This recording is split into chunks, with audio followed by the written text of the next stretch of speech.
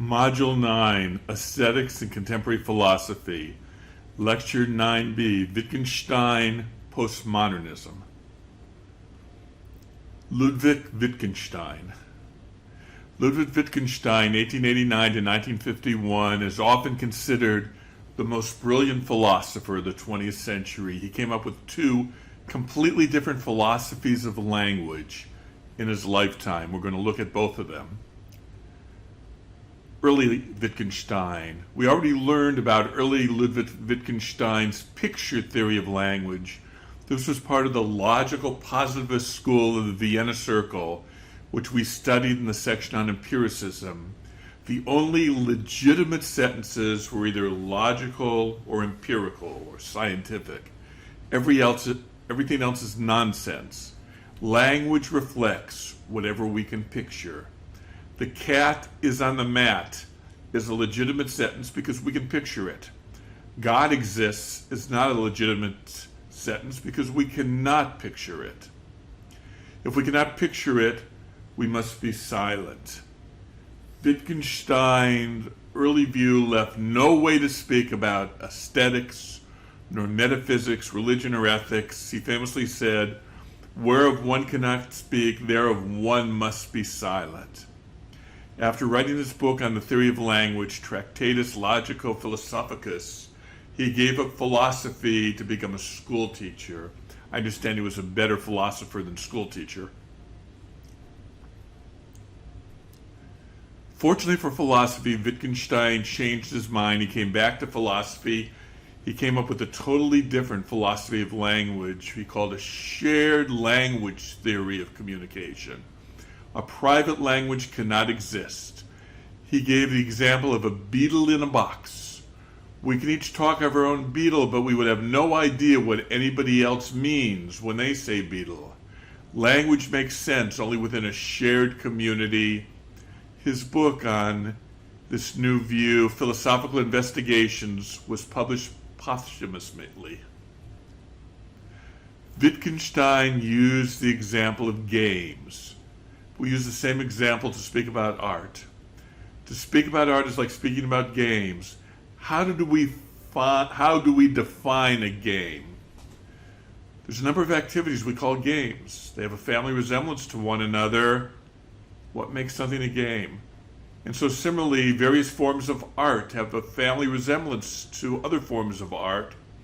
Art is something that those who appreciate it can speak of. There's a shared language of art, and that is what gives art meaning. By the way, in my Introduction to Religion course, I use a similar shared language theory to speak about religion. Religion, like art and games, is very difficult to define, but we can speak about all of these within the context of a community. It is the shared language of the community which defines art, or games, or religion. Postmodernism.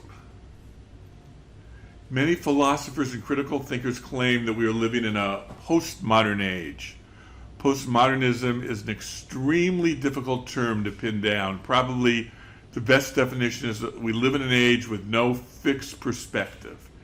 There are multiple ways to see the world and understand reality. To quote the French postmodern thinker Jean-François Lyotard, 1924 to 1998, from his book The Postmodern Condition, simplifying to the extreme, I define postmodernism as incredulity towards meta-narratives. In other words, there's not one correct overriding perspective that would centralize our thinker. There are multiple perspectives. Many see Cubism in art as an example of postmodernism. Cubism is expressed in the Picasso painting Girl with a Mandolin. We looked at that in the previous lecture. Sees a person from multiple perspectives. Perhaps the best way to understand postmodern thinking is to compare it to pre-modern and modern thinking. Let us consider ethics from a pre-modern and a modern point of view. Pre-modern. The ultimate source of knowledge about ethics or anything else in pre-modern times was authority. These authorities were either the Bible or the Greek thinker Aristotle, or perhaps both. Modernism. Modernism begins with the Enlightenment and Immanuel Kant's command already mentioned, sapere aude, dare to know. It rejected authority, particularly religious authority, in favor of science, reason, and progress. Science, reason, and progress help us pin down all knowledge, including ethics. Postmodernism. Postmodernism grew in the 20th century, which witnessed some of the worst atrocities in human history. From the horrors of 2 world wars to the Holocaust to the evils that occurred under communist rule, the idea that science and human reason can make humans ethical was called into question. Perhaps the roots of this postmodern approach began with Nietzsche. The title of one of his greatest books, Beyond Good and Evil, seems to explain it all. Nietzsche's approach is often called perspectivism because all knowledge, including ethical, is based on perspective. Different people have different perspectives. There is no fixed perspective. Perhaps the easiest way to explain postmodernism is to look at one of its greatest thinkers, the French philosopher Jacques Derrida, 1930 to 2004. Born of Jewish parents in Algeria, Derrida was the founder of deconstructionism, the view that texts have no fixed meaning but can be analyzed and broken apart. Although he claimed to be an atheist, he was more of a mystic, and many scholars believe he was influenced by the rabbinic approach to biblical texts. The rabbis of the Talmud taught, like Derrida, the texts have no fixed meanings but are open to multiple interpretations and understanding. In fact, the rabbis taught that every biblical text has 70 different meanings. In a similar way, Derrida attacked what he called logocentralism, the notion that there is some reality that centers any text and gives it meaning. That reality may be God, Plato's eternal forms, human reason, science, or even Marxist dialectic materialism. Derrida taught that the text stands alone, unfixed, uncentered by anything outside the text. To quote him, there is nothing outside the text. Derrida called for open-ended free play in interpreting any text, in fact, in interpreting anything from an ethical stance to a philosophical idea. He called for this kind of free play.